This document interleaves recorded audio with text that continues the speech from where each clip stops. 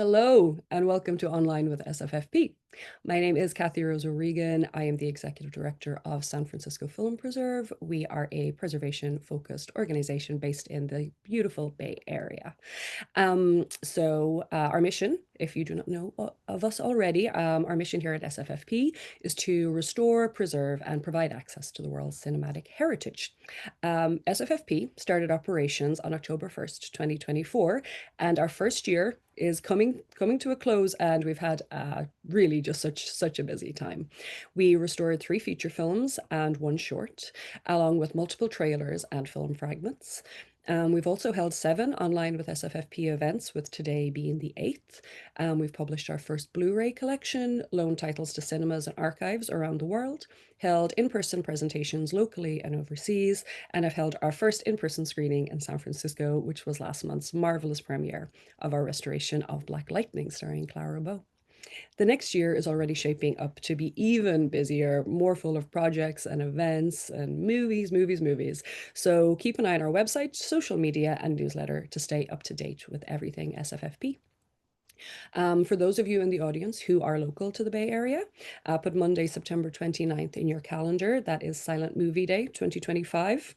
To celebrate Silent Movie Day, the Roxy Theatre has partnered with SFFP to present The Last Edition and San Francisco, The Golden Gate City, which are 2 films shot in San Francisco, both restored by the San Francisco Silent Film Festival and distributed by San Francisco Film Preserve. The wonderful Wayne Barker will accompany this screening on piano, and you can get tickets for this event at roxy.com. In addition to restoring and preserving works of cinema, SFFP is dedicated to advocating for movie image preservation and bringing attention to the incredible work being performed worldwide by dedicated archivists, academics, and enthusiasts. We started this monthly online series to highlight just some of the incredible things happening in the world of film preservation. Today's talk will be followed by a Q&A. So if you have any questions, please just pop them in the Q&A at the bottom of the screen.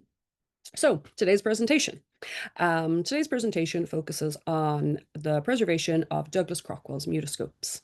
American artist Douglass Crockwell was widely known as a prolific commercial illustrator, but he was also an experimental animation filmmaker, as well as an amateur scientist and inventor. Crockwell not only preserved examples of mutoscope technology, but also created his own mutoscope reels, making him the medium's first artist. The moving image department of the George Eastman Museum houses his mutoscope reels and viewers.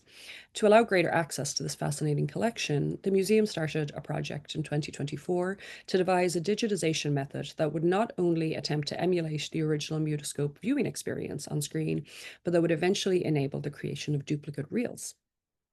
Joining us today for this presentation are Sophia Laurent and Masha Matska.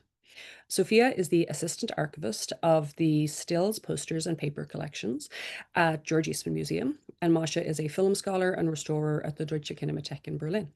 Together, they'll provide a history of Douglass Crockwell's mutoscope-related work, past transfer efforts, and the museum's own digitization project and preservation goals.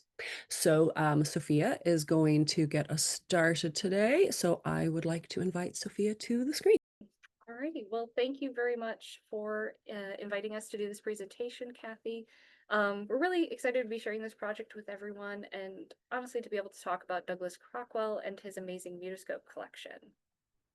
So if you're like Peter Sells and thinking, I really don't know enough about mutoscopes, then let me give you a very quick overview of the history of mutoscopes. Mutoscopes are very closely tied to the beginning of film and the moving image. Herman Kassler was an inventor who in 1893 was working on a film project with William K. L. Dickson. Dickson's probably a name familiar to many. He had been working for Thomas Edison and is credited with inventing the kinetoscope in 1893, America's first motion picture device. Kassler actually, at the encouragement of Dickson and possibly Dickson's involvement, looked into ways of improving upon the kinetoscope and thus developed the mutoscope, which would be patented in 1895. The mutoscope is an interesting hybrid of pre-cinema optical techniques while utilizing the new moving image technologies. The image itself was captured on 68mm or 70mm film in a camera called the mutograph, and then each frame was printed onto photographic paper cards mounted into a circular metal core, much like a giant Rolodex flipbook. The mutoscope was effectively cheaper to manufacture while being a bit more durable than the kinetoscope. The large image size, which is about 1 by 2 inches, also improved the overall clarity and quality of the pictures. Dixon ended up leaving Edison Studios in 1895, and along with Kassler, Elias Koopman, and Henry Marvin, they formed the American Mutoscope Company, which would later become the American Mutoscope and Biograph Company in late 1895. The mutoscope really quickly gained success, and by 1897, Dixon had actually moved to England, where he would be the key figure in the British branch of the company. Even with the development of the moving image projector, both by Edison Studios with the kinetograph and the biograph, which Kassler would go on to develop, the mutoscope's appeal didn't diminish, unlike so many of its other early cinema format contemporaries. While the height of their manufacture was really those first 10 years, particularly since Biograph actually ceased producing mutoscope reels after joining the Motion Picture Patents Company around 1909, the reels themselves and the mutoscope machines continued to hold on for decades as an attraction in penny arcades and similar venues. Part of their continued appeal was because of the quote-unquote girly reels, or spicy reels as they're known, which would often feature scantily clad or nude women. This was content deemed inappropriate for theaters, where the audience would include women and children, though both of both of them would frequent mutoscope machines, as we can see in the image on screen. Um, in the 1920s, the now Biograph Company sold their manufacturing license to William Rabkin, who founded the International Mutoscope Reel Company. They would continue to manufacture reels as well as produce their own, as well as the machines until around the 1950s. Today, there are still at least two small-scale businesses in the United States that continue to refurbish old machines as well as manufacture new reels, though most of these are almost reproductions of the International Mutoscope Reel Company catalogs, as well as new content that was never released on the mutoscope format originally. So on to Douglass Crockwell. Born Spencer Douglass Crockwell in 1904, he went by Douglass Crockwell professionally, so we will continue to use that name or just Crockwell for the rest of this presentation. He was born in Columbus, Ohio, and spent the majority of his early life in St. Louis, Missouri. He initially attended school to be an engineer, but later switched and got a bachelor's degree in business from Washington University in St. Louis. He also studied at the St. Louis School for the Fine Arts and later at the American Academy of Art in Chicago. While in St. Louis, he met his future wife, Margaret Brayman, who was also a painter like him, and she was originally from Glens Falls, New York. After studying abroad, he and Margaret settled back in her hometown, where Crockwell would live for the rest of his life. Glens Falls holds is very important to Crockwell. He was heavily involved in the community through various civic organizations throughout his life. He would also name perhaps his most famous animation work after the town, Glens Falls Sequence. Crockwell made his living as a commercial artist. He created illustrations for the likes of the Saturday Evening Post, as well as designed advertisements for several of very prominent companies of the day. But Crockwell is a man of many talents and artistic ambitions, and while the commercial art was a career or paycheck, his true creative outlet was in animation. In the 1930s, he began developing his own style of animation and techniques, which he actually would apply for a patent in 1937. He made about 7 animated films on film, with his most notable being Glens Falls Sequence and Long Bodies. Both of these would later be exhibited and circulated by the Museum of Modern Art. His early interest in engineering also clearly stuck with him, as he was quite the inventor. Later in life, he actually was working on developing a type of panoramic camera. And importantly, at least for the purposes of this presentation, he actually designed and built his own mutoscope machines. We could trace Crockwell's interest in mutoscopes to the same time he was developing his animation. In September 1939, he was in communication with Iris Berry at the Museum of Modern Art, and in those letters he first mentions his desire to have one of his films printed into the mutoscope form. He really saw the mutoscope as an ideal format for animation, or sequential art as he would call it. And Masha will talk a little bit more about this particular reel later. It's also at this time he began collecting mutoscope reels, and he continued to build that collection for the next 20 years. In the late 40s, his interest in the mutoscope really seemed to take off and in some ways eclipse his work on film. So that by the early 1960s, he had amassed a collection of dozens of original mutoscope reels. Based on correspondences and lists in his papers here at the museum, he had been reaching out to various penny arcades and different distributors. Many of these places had started to shutter their businesses or were doing away with their mutoscopes. So he'd be reaching out to them, trying to acquire what they were looking to get rid of. It was also through this process that he started to do a lot of research, not only in the history of mutoscopes, but kind of the titles, so that he'd be able to identify different reels, both in his collections and in these collections he was going through and cataloging. He also further experimented with the mutoscope format, exploring color and different materials, as well as incorporating more of his animated works into that format.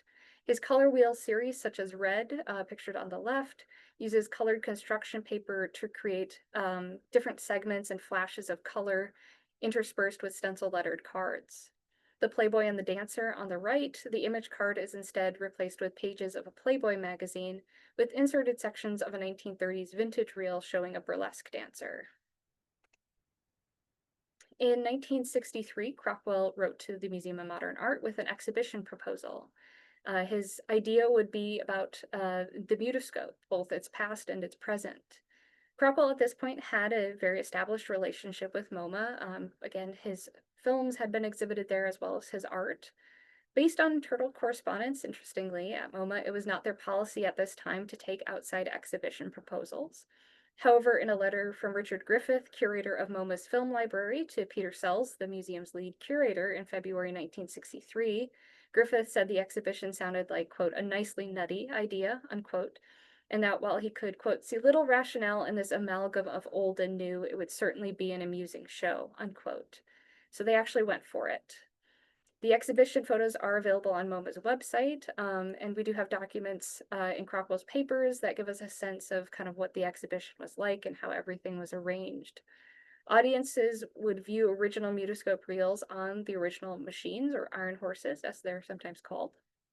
Projectors looped film reels of early mutoscope subjects, and these film loops Crockwell created himself. We also see Crockwell's newly designed reels exhibited on his new mutoscope machines. The exhibition opened in 1967 and by all accounts was a major success.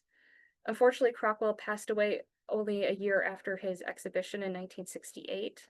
In 1974, his widow and son donated Crockwell's films and papers to the George Eastman Museum.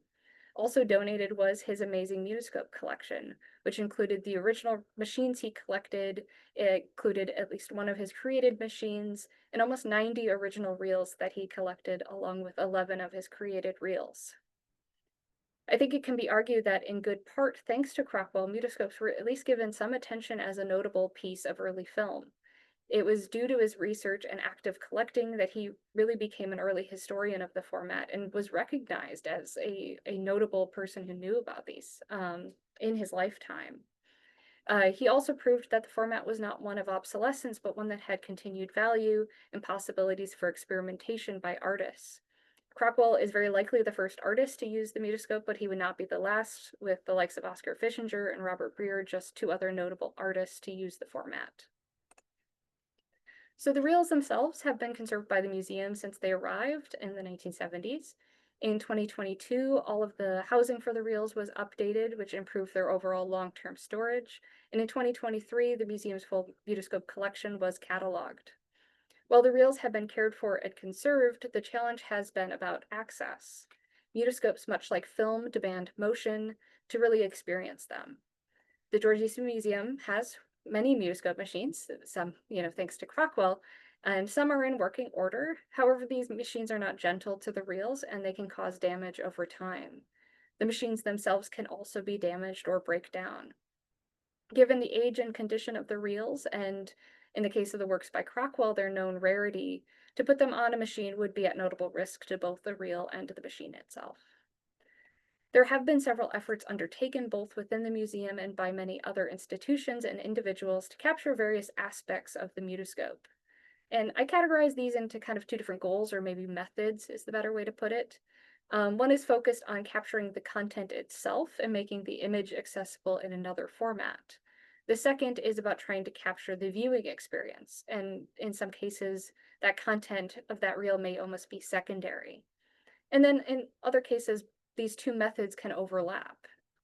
If you are using the viewer itself to capture the reel, you are utilizing the equipment already available, and this will give you the closest replication of the viewing experience. The issue with this method is you're not always going to get the best image, and then of course there is the damage that these machines can cause to the reels. If you can design or have the resources to design your own setup, you can ensure the best image quality as well as reduce that potential damage, but then you lose those qualities of the original viewing experience. And Masha will talk more about how these considerations factored into our capturing choices. So looking at the reformatting efforts tied to the George Eastman Museum, there are a couple instances when the mutoscopes have been filmed to showcase the viewing experience. In 1954, there was a Warner News magazine of the Screen newsreel, which featured a segment about the then George Eastman House. The newsreel gave a history of early cinema, which showed off many pre-cinema artifacts, mutoscopes, and then going into the silent era, ending with promoting the newly opened Dryden Theater.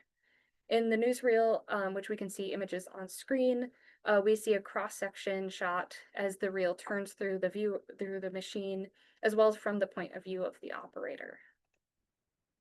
And just a warning, this video will have some flicker and will also have some brief nudity.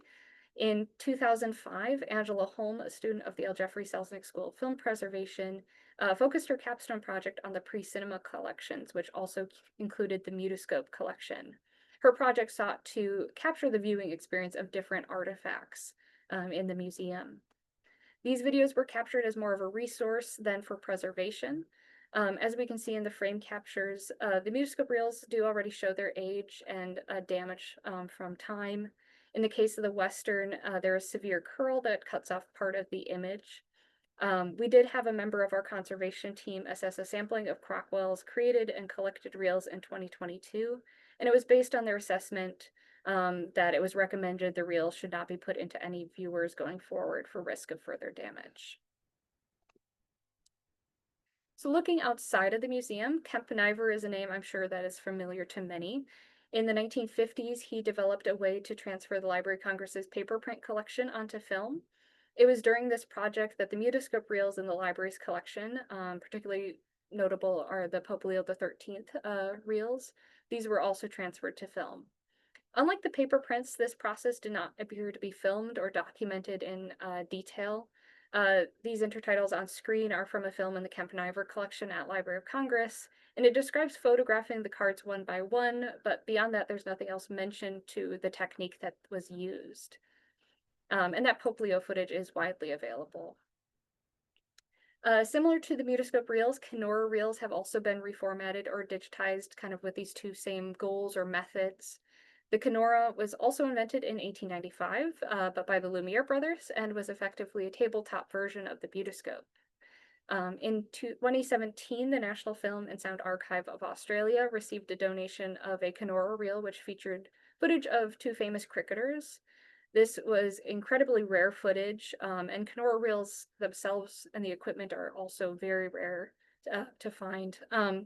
So to preserve and make accessible this material, the NFSA came up with a capture setup that let them photograph each card using a camera. If you're interested in seeing the footage, the video is available on the NFSA's website, and they also have a really great blog post which goes into detail the process that they used. The Getty has also shared Kenora reels from their collections on their YouTube channel. In this case, they filmed the reels through the viewer, again, thus utilizing the equipment available.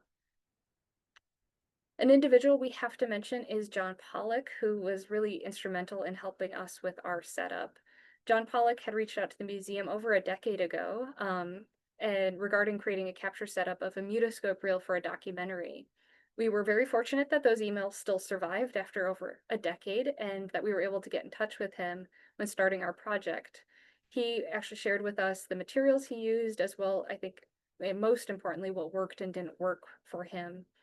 This really gave us a great starting point in designing our setup and areas we could improve upon with his design. And we'll talk more about that later when we get to that. And last but not least to mention is Douglass Crockwell himself. Crockwell did a lot of work to capture the content of Mutoscope reels on film. A lot of this experimentation looks to be tied to his exhibition and creating the film loops in the gallery. And I will now turn this over to Masha to talk more about Crockwell's transfer efforts and our digitization project. Thank you, Sophia. I'd also like to thank Kathy for this wonderful opportunity to discuss Crockwell's fascinating body of work. As Sophia mentioned, I will start with Crockwell's own mutoscope transfers, since Crockwell's decisions on how wheels could be reformatted across various media to make them differently accessible served as a reference for our transfers. Crockwell's reconfigurations challenge the notion of a singular or unchanging mutoscope experience, and as our project unavoidably recomposed the device's reception as well, we were especially interested in Crockwell's views on reshaping the mutoscope experience. And while we won't have the time, unfortunately, to discuss his more conceptual writing, it is important to note that Crockwell saw the mutoscope's innate mutability as its greatest potential, and he promoted its resurgence and survival through inventive modification and redevelopments. Briefly to a few examples of Crockwell-made mutoscope transfers. As you see on the slide, on the left side, the classic American mutoscope, a 60 mm film compilation of 9 early mutoscope reels, first installed as a continuous loop projection at Crockwell's MoMA exhibit. It then became part of MoMA's circulating film library. Technically, it is also Crockwell's last film. Although intended largely as a record of the original reels, it also contains a few interventions or effects that turn this compilation into an odd hybrid of revisionist and demonstrative found footage film. Just a few characteristics. Even at 24 frames per second, the action appears slowed down. All titles have tight framing, much like an ordinary film, and no parts of a mutoscope viewer are actually visible. The first 4 titles are blurry and unsteady. The mutoscope reels were simply filmed while being flipped. This kind of motion blur is illustrated by the film strip photos on the slides on the right side. However, the second half is much more steadier and sharper, since each individual card has been rephotographed, which is identical to other Crockwell-made transfers on 35 mm film that we discovered at George Eastman Museum. Yeah, there is no information about these transfers you're seeing currently on the slide, or their production context, how Crockwell made them, if he assembled the wheels to flatten the cards. They seem to be created in the early 1960s, around the time Crockwell started to propose the exhibit to MoMA. Only some of the titles, however, are included in the 60 mm compilation. We assume he worked on those transfers in preparation for the mutoscope exhibit, perhaps even to create duplicate mutoscope wheels. According to a letter from 1963, Crockwell had the equipment to manufacture wheels himself using projection printing from film strips, which makes sense given that the International Mutoscope Wheel Company, as Sophia said, had shut down in the 1950s. As I said, each single card has been rephotographed, mostly 2 frames per card. The framing is fairly tight, as you can see, but allows us to see a bit of the flipping principle on the top. At the end, it's what you're seeing right now. The card succession slows down and turns into freeze frames of individual cards from various moments in the action. So Crockwell introduced something entirely new, resulting in a sequence that is impossible to produce on a mutoscope viewer, since several cards cannot be skipped at once. Only one wheel contains copyright credits. You see that on the right of the slide. Interestingly, on a transfer of the American Mutoscope and Biograph title, Awake in Hell's Kitchen, that as part of the Library of Congress paper print collection was also transferred by Camp Niver. And then, of course, there are Crockwell's own artistic remodelings. His design of plexiglass enclosed mutoscope viewers containing reels he created through a variety of techniques. Sophia already mentioned a few. I will say a bit more to some of the reels later. Those viewers considerably altered the single viewer and spectator-operated mutoscope reception of the old machines by revealing the inner workings of the viewer and enabling up to 12 spectators to look at the wheel at the same time. Crockwell, as illustrated by the quote on the slide, blamed the desire to monetize the viewing experience for modifications that historically led to tighter framing for just one viewer, and as a result to poor viewing conditions. His machines were driven by electric motors instead of hand cranks and at set speeds. In some cases, the cards were revealed one every 5 seconds. Average viewing time was 1 to 2 minutes, but the speed of the machines could be altered from seconds up to 15 minutes. Now to our project. What were our goals or objectives? The main goal was to devise a safe system of digitization that meets archival standards and allows each of the roughly 1,000 cards on one reel to be captured without having to disassemble the reels, because we are dealing with unique reels. The system needed to be inexpensive, using materials that would be easily available and easy to assemble. We want to stress that this project had to develop despite or out of a lack of resources. It's a modest DIY project. However, we also believe that experimental or creative do-it-yourself methods should be embraced in archives to be somewhat independent of external funding, which appears to be especially rare when it comes to pre-cinema preservation. The objects in question need careful and cautious handling, while we also try to efficiently move through a wheel that contains around 800 to 1,600 cards. Many of those have undergone natural aging, are fragile, or made from low quality wood pulp, like the magazine clippings and the construction paper that Sophia mentioned, leading to increased acidity and brittleness. Crockwell's wheels, as well as vintage wheels, vary in terms of materials and condition, which also means that the design needs to be adaptable and modifiable to accommodate all of those different wheels. As you need to advance the wheel card by card and reposition parts numerous times on the device or the contraption, while also keeping the capture consistent, everything must be very sturdy and stable and stay in place. And secondly, what was the purpose of our captures? We wanted to capture and archive high-resolution unprocessed camera raw images of each card in 6K resolution that can be processed for very different purposes, and that was very important, both for analog and multiple digital outputs, such as digital output formats for access, mainly research access, but perhaps also digital exhibition in the future. We asked ourselves, what should the digital copy and animation of those rephotographed cards look like? We wanted to create a viewable format that conveys the card's flipbook-like succession within the restrictions of a limited screen experience. It was important to us to preserve the object character and card flipping mechanism as it has been visible on most Mutoscope machines. I will present and discuss those digital copies a bit later. However, as you will see, the playback of the digitized screen version is something else entirely. Of course, the reels cannot be considered preserved unless they are replicated in their original format, which brings me to the next point, which is also the last point on the slide.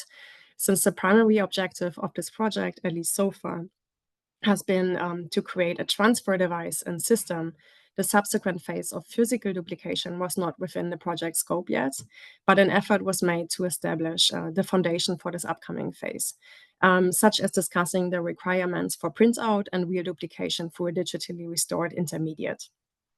A short description of our transfer contraption. As I said, this is a prototype that was making do with the resources available while still putting the safety of the wheels first.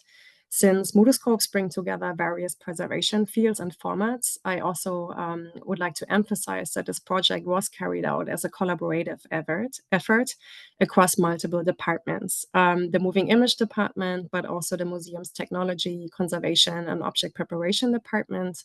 And I want to thank all of the contributors. As you can see on the slides, we used the Canon DSLR camera and a 100 millimeter macro lens, multiple non-UV emitting LEDs around the wheel to avoid shadows, and a monitor to check focus. A closer look, as it turned out, an ordinary wheel caster is an almost perfect fit for a Mutoscope wheel. On all parts that come into contact with the wheel, we applied protective archival quality padding called Volera. Different materials for the main frame were discussed at first, except for any kind of plastic or glue to avoid chemicals and off-gassing. All of the aforementioned requirements, from low cost to sturdiness, etc., are perfectly or best met by aluminum T-slot profiles, which are popular in industrial manufacturing and mechanical engineering, including similar digitization projects. Briefly to the add-on components and their functions. The wheel needs to be accessed for an overscan capture by separating two adjacent cards in a 90-degree angle, for which we used a transparent non-reflective plate as image gate and two padded pressure plate arms to hold the previous cards down. They can be positioned differently around the wheel to accommodate all kinds of wheels, as some might need more or less pressure, evenly applied or only on certain parts of the cards, depending on their physical condition. And shortly to the image gate, because this was actually quite tricky, as the pressure enforced by the wheel is pretty strong.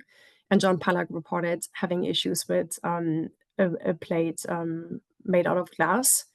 It needs to be resistant to many things, from shatter to dust to abrasion. We made use of the T-slotted channels to slate a plate of Optium Museum acrylic up and down. Optium is widely used in cultural heritage and fine art collections, but even though it is advertised as being abrasion resistant, it did show fine scratches pretty fast. The plate had to be flipped halfway through a wheel, and a new one was required for the next wheel. Now to the selections of the wheels we digitized. The very first wheel, Duopusses. During the research part of the project, this wheel turned out to be a very important one. Duopusses is not only Crockwell's first mutoscope creation, but also most likely the first artistically crafted mutoscope wheel ever made, and the first wheel to use color, even if applied manually. As the oldest and very first of Crockwell-made wheels, manufactured in 1939, this wheel is of historical significance, making it an urgent preservation candidate.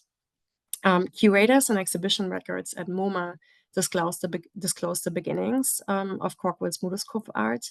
It probably all started when Crockwell commissioned the International Mutoscope Wheel Company to transfer a section of one of his 60mm animation films to a mutoscope wheel in 1939, thus years prior to Oscar Fischinger's first mutoscope piece from 1945. This auction of a copy, you see it on the slide, hand-drawn by Fischinger's daughter, also provides very interesting information on the reproduction of his wheels for exhibition. Another artist, as mentioned by Sophia, Robert Breer, built his mutoscope later in the 1950s and 60s. Back to Duopusses. Previously to being shown in one of Crockwell's plexiglass viewers at the 1967 MoMA exhibit, Duopusses was installed in a coin-operated vintage machine at MoMA from 1940 to 1962 that frequently broke down from extensive use, which accounts for Duopusses' noticeable wear and tear, such as deep grooves from playback. As part of a film program that accompanied an abstract painting exhibit at MoMA in 1940, an early film by Crockwell called Phantasmagoria was presented, and Crockwell himself proposed to show his mutoscope wheel as well. MoMA curator Iris Berry then originally asked for a wheel in color, and Crockwell applied the red color manually as a compromise due to the high costs and complexities of manufacturing a wheel in color at that time. Berry later reports the immense success of the Duopusses, calling it a wheel brainwave. The wheel contains alternate blank cards. Just shortly, I can't go into detail here, but older mutoscope wheels have or had interleaving blank cards. They are not visible when playing a mutoscope wheel. Since they are shorter than the photo cards, the metal claw or metal arm cannot catch and flip them. They were important for both manufacturing the wheels, but also for the playback of the wheels. The effect can be compared to the Maltese cross system on a film projector in that the interleaving card holds the picture card in a more stationary position and then snaps it down more quickly. As depicted on the slide, the cards show surface and erosion damages, some possibly caused by mold or water damage. Unlike later Crockwell-made wheels, this wheel has a clear beginning and ending. The wheel contains 1,459 cards, including blank cards, 728 of which are picture cards. Some cards are probably missing or were removed. The last stamped number is 756. Crockwell, however, mentioned 850 cards in a letter to MoMA. And shortly to the second wheel that we digitized. It has an assigned title and is undated, but it must be created much later since it contains modern, somewhat glossy Kodak photo paper prints in color and no blank cards. Even though Kodak launched its first commercial chromogenic color print process, Kodak Color in 1942, it is highly, highly doubtful that any of Crockwell's color print wheels were manufactured that early, as their colors don't appear faded, and Kodak Color is known for extremely poor dye stability. The stabilization of modern color photographs as well as resin coating dates back to the 1960s. This all supports the assumption that the majority of Crockwell's mutoscopes or mutoscope art was created in that decade, probably also because he was finally able to produce wheels in color and, as mentioned previously, with his own equipment. A real challenge for us was presented by the wheel's gap and loose cards, also providing the opportunity to test if the transfer system can handle wheels in such condition. The wheel also shows a strong curvature, probably increased by aging and the gap.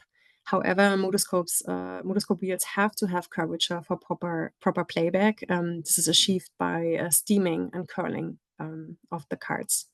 This wheel contains 881 cards. There are no blank cards. According to the numbers on the back, only 28 cards are missing. However, the gap matches a section of around 100 cards. It is unclear if the gap was caused by damage or if Crockwell intentionally removed the cards, as you will see on this slide, such as on this wheel. It's a very similar one, and it also contains a gap, similarly sized, as well to make place for a short sequence of vintage mutoscope cards. Briefly, as a side note, because I previously mentioned that both reels that we digitized contain frame enlargements from his films.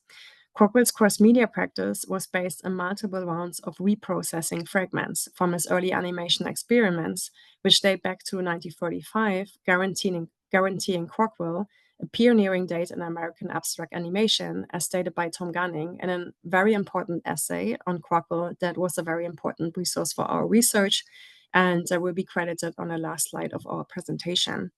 Sequences that he shot on a self-built animation stand exist in different versions and formats, both as 60mm films and flipbooks or mutoscope reels, the latter being the very last media in which his animation work had been released since 1947, making his mutoscope art all the more important. Only a few films exist in distribution today, and they are in fact reworked compilations of footage made over the previous decade. On the slide, you can see Crockwell's aforementioned 1937 patent application for his first animation process using non-drying oil paint on several layers of glass.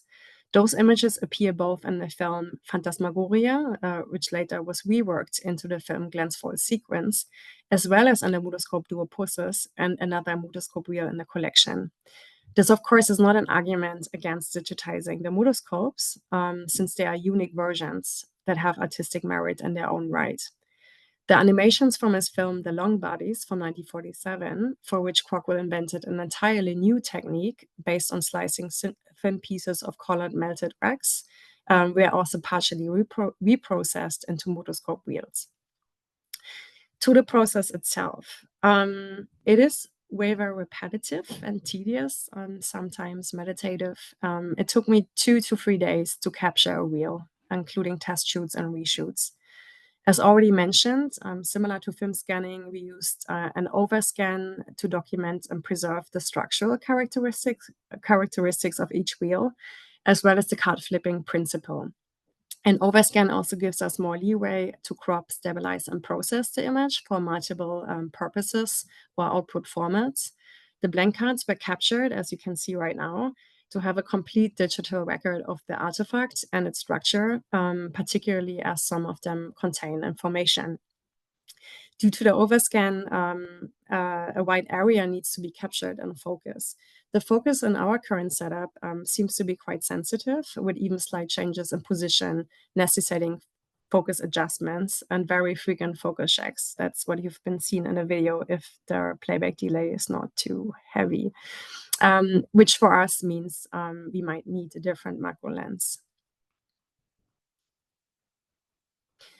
We did test shoots for each reel with different exposure settings based on archival guidelines for digitization of three-dimensional objects on photographic paper prints for digital photography, as shown on the slide. No worries, I won't read those out loud. Just briefly, similar to film scanning, we aim for a long contrast log look rather than a high contrast lin look to capture the widest range of tones and details, while also aiming for an exposure triangle that allows for maximum depth of field and less digital noise. The strong curvature, as already mentioned, and the fragile and loose cards of the second reel presented some real challenges to our setup. Severely curled cards need to be flattened somehow. We did it by pressing them gently between two Optium image gate plates, which makes the process even more slow and intricate. Now to the results. We apologize if there are any playback issues or delays you might see right now. As I said, the digital post-production is still a work in progress and was only partially done for the first reel, Duopusses, the one you're seeing right now, to create a viewable version for access. A proper digital restoration strategy to create a digital intermediate for printout still needs to be developed in the future.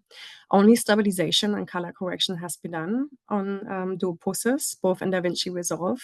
So what you see right now is the object as is in its current unrestored state. Guided by Crockwell's rotations at set speeds, which averaged 1 to 2 minutes, we slowed down the speed, but added variations by playing the reel first at 17 frames per second, that's what you just saw, and now at 24 frames per second, 24 frames per second, I'm sorry. For the digital flipping of vintage reels, video playback that allows flexible speeds would be ideal. As I previously mentioned, we felt very strongly about showing flipping principle of the wheel in flicker, but also because they are not seen on a mutoscope viewer. The stabilization was much more difficult than expected, and we reached out to other digital restorers of moving image works that derive from a paper source. I have to thank Gordon Nelson for his expertise and support in that area. Many tests with DaVinci Resolve's stabilizer and fusion tracker were unsuccessful. So the clip that you saw right now needed to be stabilized, rescaled, repositioned manually frame by frame. This took around 2 days by using a rectangle outline as a reference to which each card was then matched. And now we are playing the second wheel. As I said, this wheel hasn't been stabilized yet. So you will see how the cards gradually shift in position and become more and more unsteady near the gap. So we still need to find a better method of auto stabilization, probably by using another software like Diamant. If you have any ideas, please reach out to us. But that's for the future, and Sophia will tell you more about that now. So yeah, thank you for having me and thank you for listening. So Masha's project was the proof of concept for this project. It honestly really gave us the groundwork of how to proceed with capturing mutoscope reels, but we obviously still have much more to be done. The museum has 9 more of Crockwell's created reels, which are the current priority. And right now, the continuation of this work is dependent on future students taking an interest in this project and continuing it as a personal project. We have not ruled out the idea of grant funding to help support this in the future, but at this time, it's not something we have actively pursued. Again, we started with Crockwell's reels because as a whole, we knew they were in good condition. The variety of the mediums will pose good challenges for testing the capture setup. And again, we knew right away that these reels were unique to our collections, and a lot of the research interest around the museum's mutoscope collection has been around Crockwell's works. So once the Crockwell's created reels are completed, the next step will be to address the rest of the reels in the collection. Much like how one would go about a traditional film preservation project, we will need to first identify the best elements available. Several of the reels we have are missing cores or parts, which is how they were received from Crockwell. He was repairing reels by repurposing parts from others, as well as using original reels to create his own works. So if a more complete reel or one in better condition exists in another archive, then if possible, we want to collaborate with them. We have begun the steps to research Mutoscope collections and other archives and institutions. This can be a bit of a challenge since they're not always well documented in collections, so it has required reaching out directly to archives to find out what they have. Already we have encountered that archives may have reels, but they might have little information of what titles they have. And this is not even to speak of private collectors and arcades that still exist, which may also have Mutoscope collections that might be of importance. So when we look at the future of this project, the digitization is a big first step, but it's not the last. Again, from the start, the conversation has centered on access and what form that access should take. While a digital format can provide broad accessibility to the content, I think mutoscopes are inherently physical and tactile, and the user's ability to control a viewer, whether that's by turning a crank or pushing a button, I think is an essential part of that experience.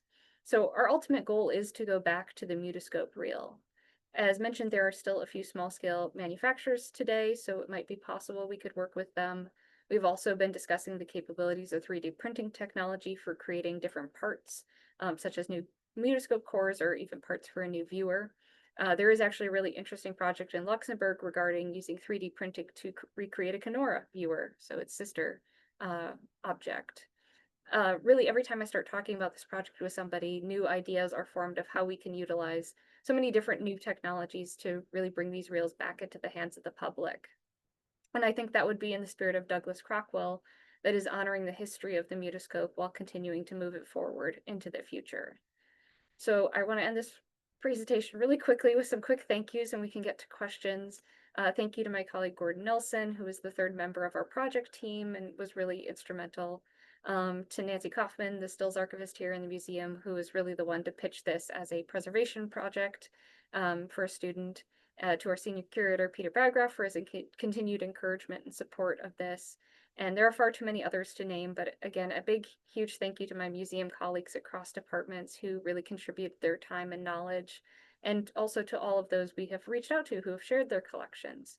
So I hope this may be a good opener for the Q&A, but if you have any information about Mutoscope collections, if you know where to look, if you have suggestions, we really want to hear from you. We hope this presentation can become a conversation about Mutoscope preservation. So thank you very much for your time. Thank you both so much for your time. Much appreciated. And particularly Masha, who is in Berlin, and it is not the middle of the day over there. So It's okay. It's I 10 appreciate you p.m. giving It's up the fine. start of your Friday night. Well, that's, yeah, fascinating. I'll be honest, my knowledge of Mutoscope was quite limited, so this has been a really quite a revelation. I have lots of questions, but if anyone in the audience has a question, please pop it in the Q&A and we will get to as many as we can. I guess I am interested. I'm also a Sosnick grad. I was in Sophia's class many, many years ago now. And obviously when you're in the program, we're all, we're trained film archivists. So, film handling is a big part of the day-to-day. So how much of a pivot was it for you to have to switch to something that is filmic but is a paper object? Like was it a big challenge kind of like psychologically, or I guess what were the challenges of having to move from the celluloid realm to the paper realm? I will leave this to you, Masha, since you were big on the digitization part.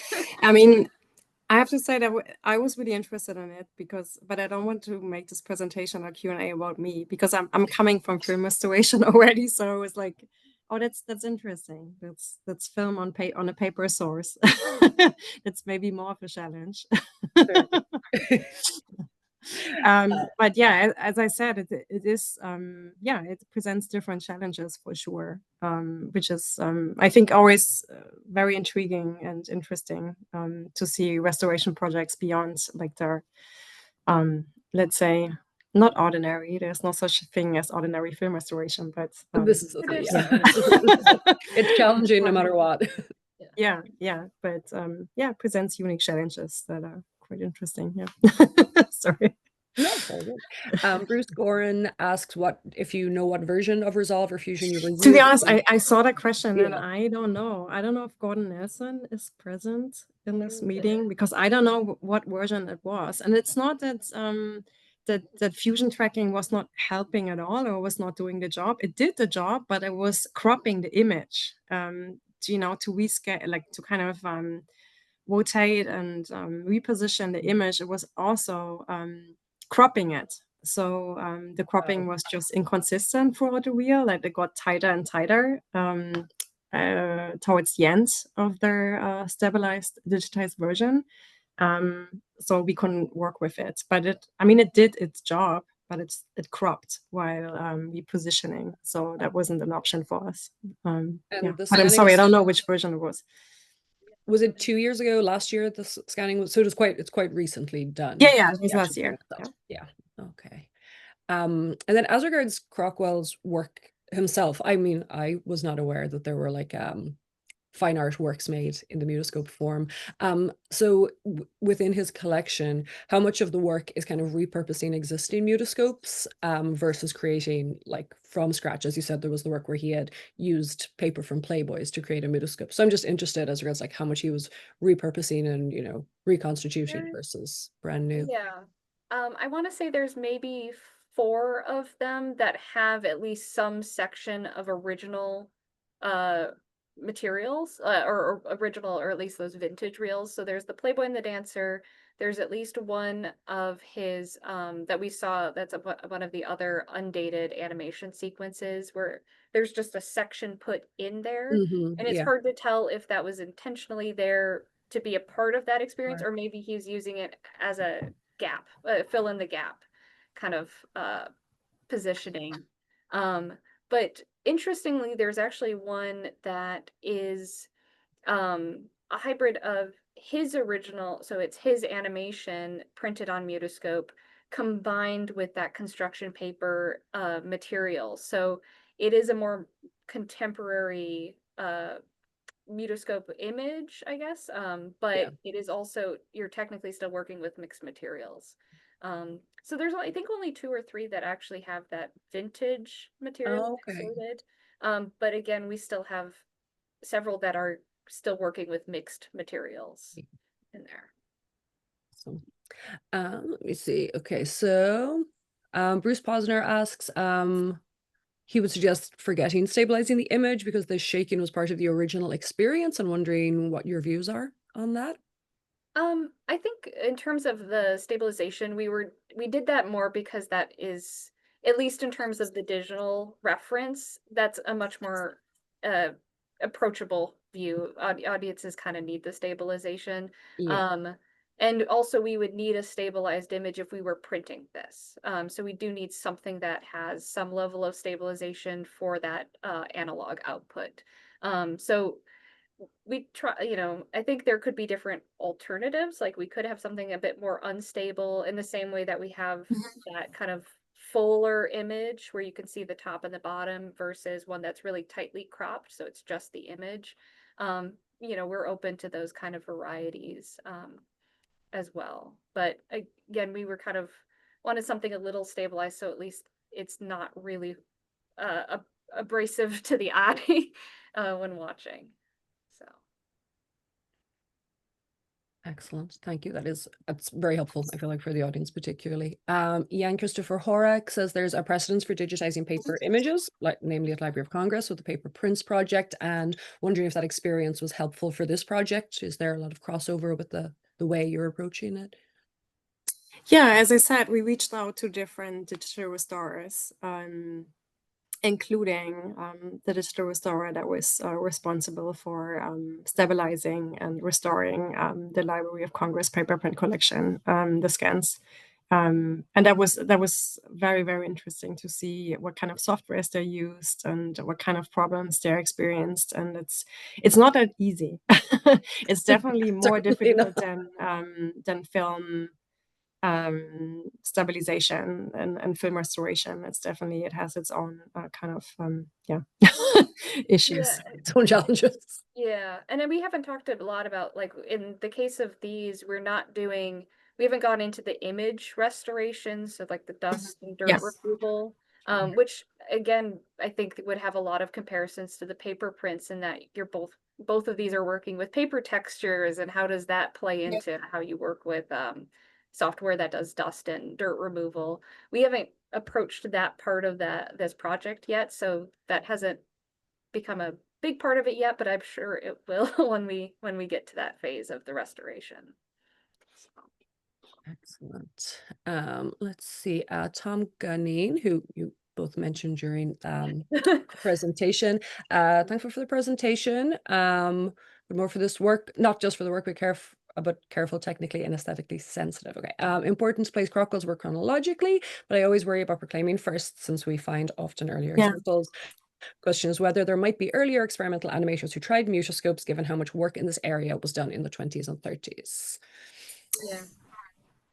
Yeah, that's a good point because again, like it's as we say with anything with first, you could always say the first film made in some place, and It's a risky, it's risky inevitably to Yeah. be first in our something. field. It was, I'm actually very, thank you for this feedback, because I think that was also the hope for this presentation, to kind of get a discussion started and maybe some feedback, you know, to hear things that we might not be aware of. So I would be very interested to hear about this. And I was also actually thinking that Oscar Fischinger did something before the 40s. Right. I was actually very surprised to hear that this copy we showed that his first mutoscope was apparently made in 1945, but I couldn't really verify that either. So yeah, I also don't like this narrative of the first and I know, last. it's definitely a word I try to avoid in But general. it's Yeah. definitely early. Yeah. But Yeah. yeah, Well, and yeah, we're also working with independent and,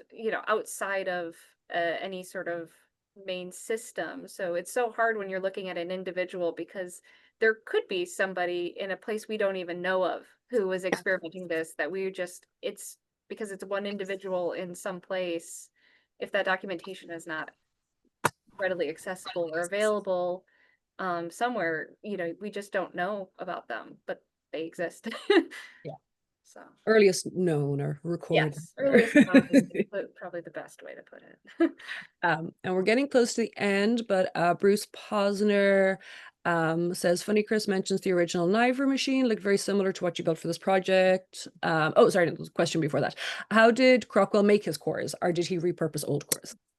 He was repurposing old cores. So pretty much all of the cores we have for his created works are actually either International Mutoscope reel or American Biograph, which is why we have reels that don't have cores. Is they were probably repurposed for those uses. Right. Reduce, reuse, recycle, Yep. right? Great. Well, on that note, it's a minute to one, so should let you both go. Thank you so much for your time. I really, really appreciate it. Best of luck in the future. Is there an email address that people should be contacting if they have I questions have or one. information? Yep, I have one on screen. So Okay, stills@eastman.org is the best place great. to reach Perfect. out. Just want to Um, hear from you. that's great. Okay, well, hopefully this leads to some new discoveries. You know? And thank you both for this incredible work, and indeed all of the George Eastman Museum who've contributed to this project. Really appreciate it. So just before we finish up, again, thank you both so much for being here. To keep up with San Francisco Film Preserve, please follow us on social media. We are at SF Film Preserve on your platform of choice. The next installment of Online with SFFP takes place on Friday, October 17th, when we will be joined by Supreme Cinema Sleuths Tamara Svediuk and Federico Striuli, who will share with us some of their tips for identifying long-lost silent films. And they are both excellent at this skill, so it should be really, really interesting. You can learn more about this event and register for this free event by visiting filmpreserve.org/events. And finally, for all you Bay Area residents, once again, don't miss the last edition and San Francisco, the Golden Gate City, at the Roxy on Silent Movie Day 2025, which is Monday, September 29th this year. So on that note, thank you all very much for being here. Have a wonderful weekend and hopefully see you all again soon. Thank you.